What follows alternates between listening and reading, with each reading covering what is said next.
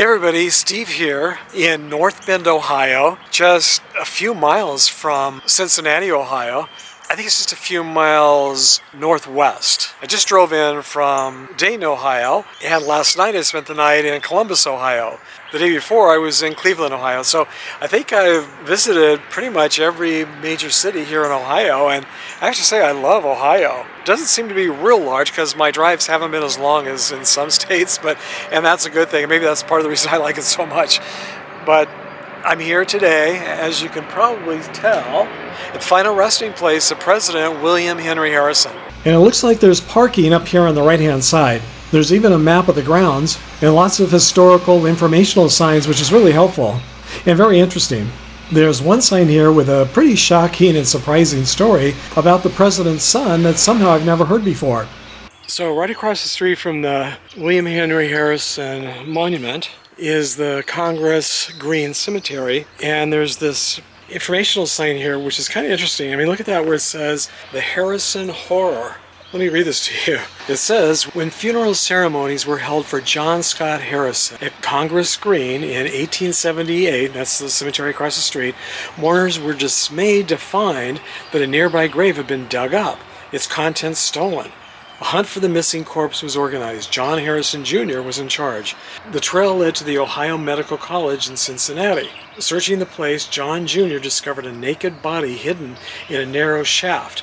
Thinking he was about to find the missing corpse, John Jr. was horrified to find his own father, John Scott Harrison, who had been buried just 24 hours earlier. Wow. During the 1800s, cadavers were used in many schools to train medical students. Though common, the practice was illegal. Fresh corpses were in such high demand that people would rob graves by night, selling their spoils to medical schools. The body of John Scott Harrison was brought back to Congress Green Cemetery and reinterred in the Harrison tomb. That is just crazy, isn't it? William Henry Harrison was the 9th president of the United States, and John Scott Harrison was his son. And John Scott Harrison, whose body was stolen by grave robbers, was the father of the future president, Benjamin Harrison. In addition to having his son's body stolen after it was buried, President William Henry Harrison is also remembered for having the shortest presidency in American history. He died from pneumonia, or possibly septic shock or typhoid fever, on April 4th, 1841, just a month after his inauguration. He was 68 years old when he died in the White House. He was also the first U.S. president to die in office. And he was the last U.S. president to be born as a British subject in the 13 colonies. It's also interesting to note that John Scott Harrison is the only person to be both son to one president, William Henry Harrison, and father to another, Benjamin Harrison. And I'm on my way to visit Benjamin Harrison's gravesite in Indianapolis, Indiana, which is just, I think, an hour or two from here. But now I haven't seen anywhere where it says how tall this is, but you can tell it's probably, gosh, I don't know, 10 stories tall. It's very large. And coming here today, the information online was very difficult to really, there was so much conflicting information.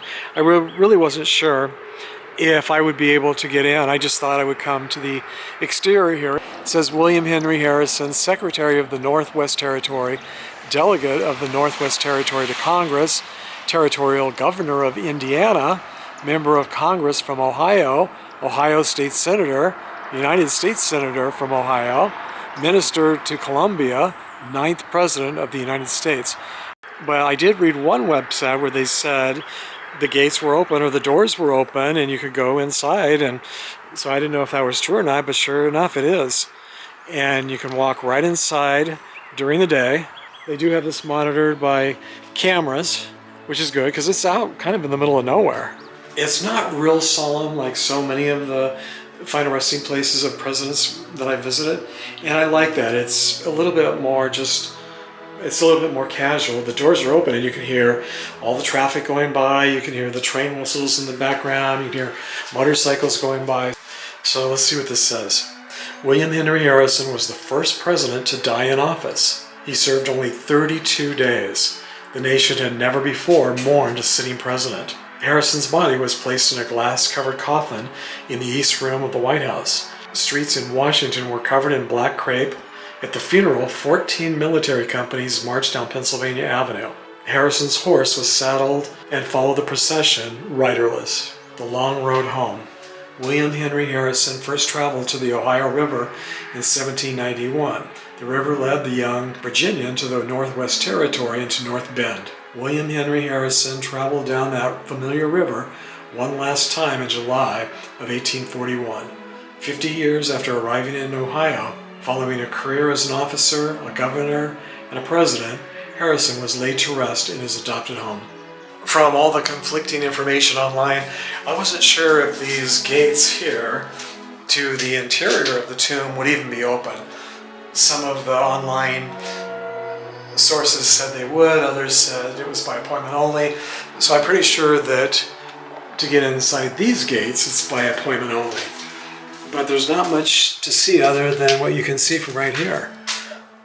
Look how low the ceiling is here. I have to actually duck down just not to hit my head. So I don't know if I'm going to be able to get a selfie here with the president's crypt, but let's see. I guess I'm going to have to turn it. I guess I'm going to have to turn it this way. Still don't know if I'm going to be able to. I've been trying to get a selfie with every president's crypt. Yeah, you can kind of see it there. So there's the president and First Lady. First Lady on the left, President on the right, William Henry Harrison. Looks like they're side by side in regular sized crypts. The other ones that are nearby look like they might just be niches. Like these down here, you can see they're not very big. So it looks like cremation niches. And I'm not really sure. Apparently, many Harrison family members are still buried across the street at Congress Green Cemetery. It would be interesting to know why they were never moved here, since there are so many available spots. It looks like the larger crypts of the President and First Lady have a copper faceplate. I don't think I've seen that before, but it's pretty nice. And just to the left of their larger crypts is the smaller crypt of their son, John Scott Harrison, whose body was fortunately retrieved and reinterred here in this much more secure tomb. And you know I can't leave today without panning around so you can see the view from this very beautiful and historic presidential memorial and tomb. And this week I want to give a shout out and a very big thank you to my newest channel supporters. Thank you Don Ridpath, Kim Halper, and ZingWilder99 for your very kind and generous donations to my channel using Patreon and YouTube Super Thanks. They are very appreciated. And thank you to all of you who have taken the time to subscribe as well. As always, thanks for joining me on this very historic road trip to the past to visit one of the more interesting U.S. presidential final resting places. Until our next trip to the cemetery together, thanks for sharing the memories, everybody.